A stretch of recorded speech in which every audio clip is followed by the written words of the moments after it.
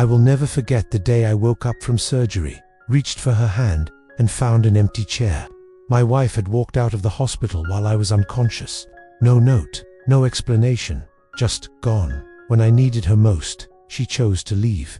And for 5 years, I lived with that abandonment, until the day she knocked on my door, tears in her eyes, asking if I could ever forgive her. My name is Robert, and I am 79 years old. I have learned that loss comes in many forms. Some losses are final, like death.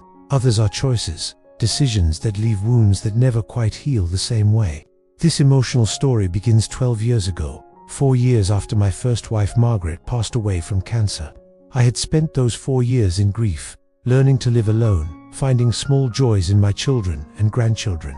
My son Michael, my daughter Sarah, and my friend Joe all encouraged me to consider dating again. "Dad, Mom would not want you to be alone forever," Sarah said gently one afternoon. "You deserve companionship. You deserve love." I was not sure I was ready. Margaret and I had been married for 43 years. How do you replace that? How do you start over at 73? But then I met Catherine at a community center event. She was 68, a widow herself, with grown children of her own. She was warm, funny, and seemed to understand the weight of loss. We started having coffee together, then dinners, then long walks where we talked about our late spouses, our families, our hopes for whatever time we had left.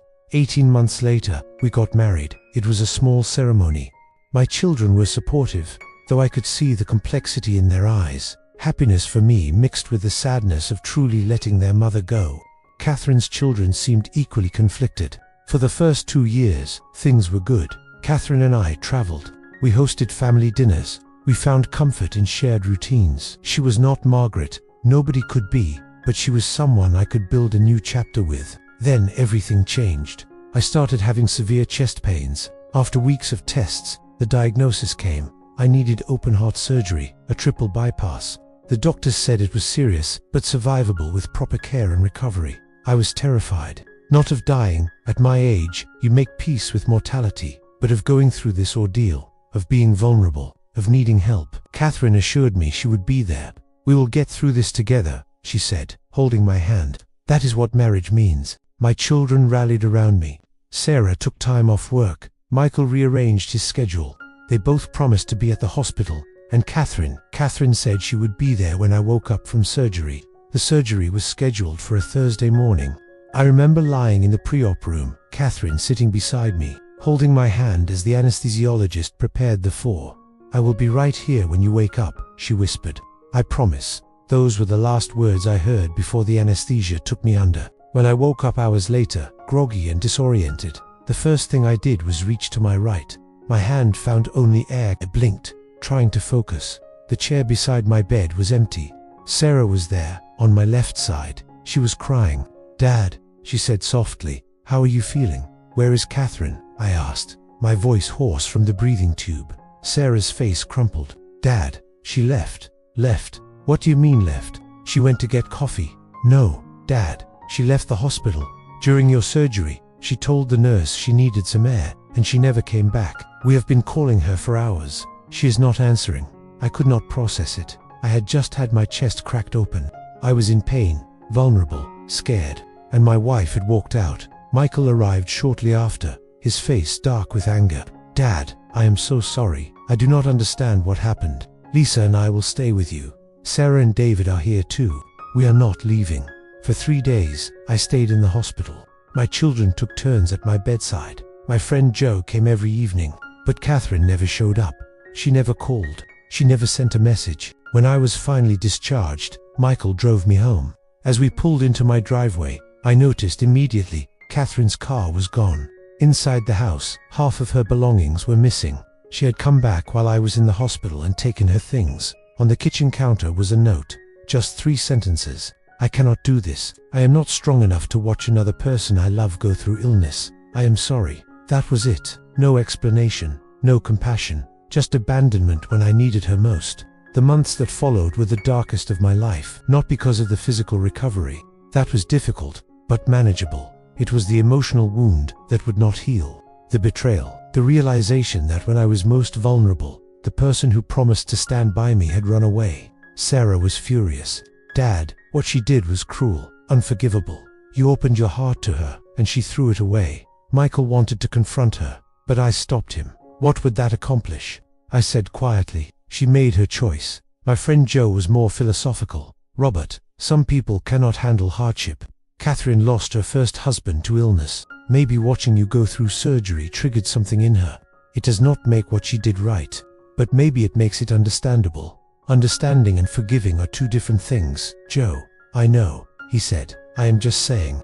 Pain makes people do things they cannot take back." I filed for divorce. Catherine did not contest it. Within 6 months, our marriage was dissolved as if it had never existed.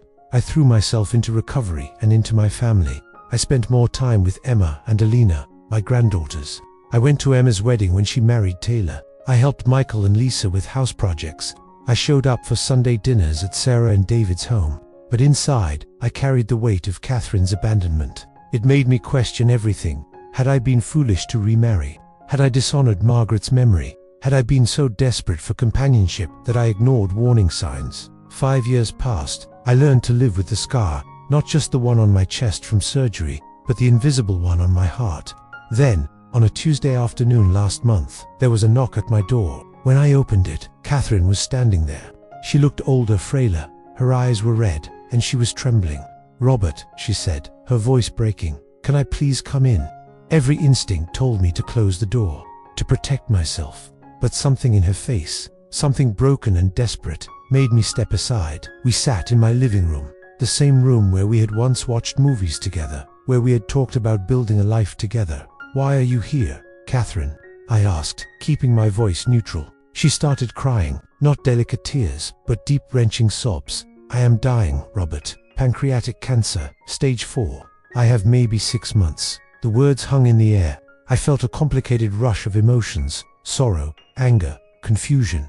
"I am sorry to hear that," I said carefully. "I did not come here to ask for sympathy," she said, wiping her eyes. "I came to apologize, to beg for your forgiveness. What I did to you, leaving you in that hospital, it is the worst thing I have ever done, and I have carried the weight of it every single day since." "Then why did you do it?"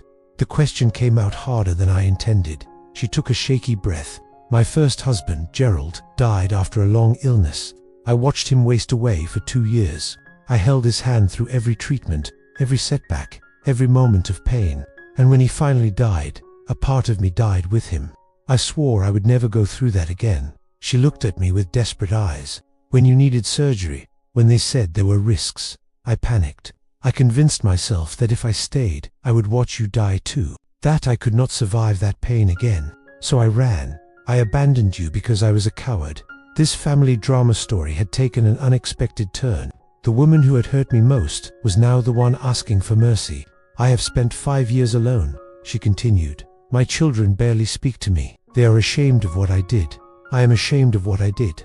And now that I am facing death myself, all I can think about is how I left you facing it alone. And I need you to know, I am sorry. I am so sorry." I sat in silence for a long time. This touching family story was teaching me something I had not expected.